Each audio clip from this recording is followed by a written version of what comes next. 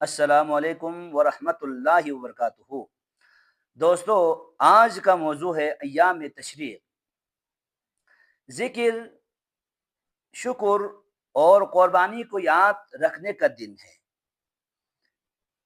قربانی کا گوشت تقسیم ہو چکا، جانور ذبح ہو چکے ہیں، مگر سوال یہ ہے کہ کیا ہمارے دلوں میں اللہ کی عظمت باقی ہے؟ کیا ہم نے صرف جانور قربان کیے یا اپنے نفس کو بھی؟ نبی کریم صلی اللہ علیہ وآلہ وسلم نے فرمایا، ایام تشریق کھانے پینے اور ذکر کرنے کے دن ہے۔ یہ روایت مسلم شریف کی ہے۔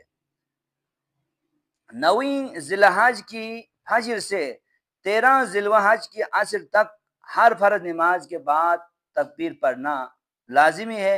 اللہ اکبر، اللہ اکبر، اللہ اکبر، لا الہ الا اللہ واللہ اکبر، اللہ اکبر وللہ الحمد۔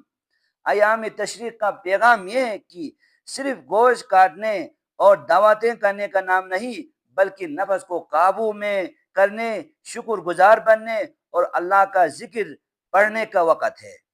حاجی مینا میں ہوتے ہیں، ہم اپنے گھروں میں، مگر ذکر الہی، تکبیر اور نیت کی قربانی سب کے لیے لازمی ہے۔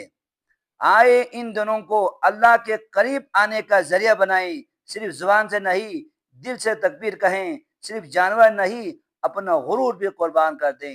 والسلام علیکم ورحمۃ اللہ وبرکاتہ۔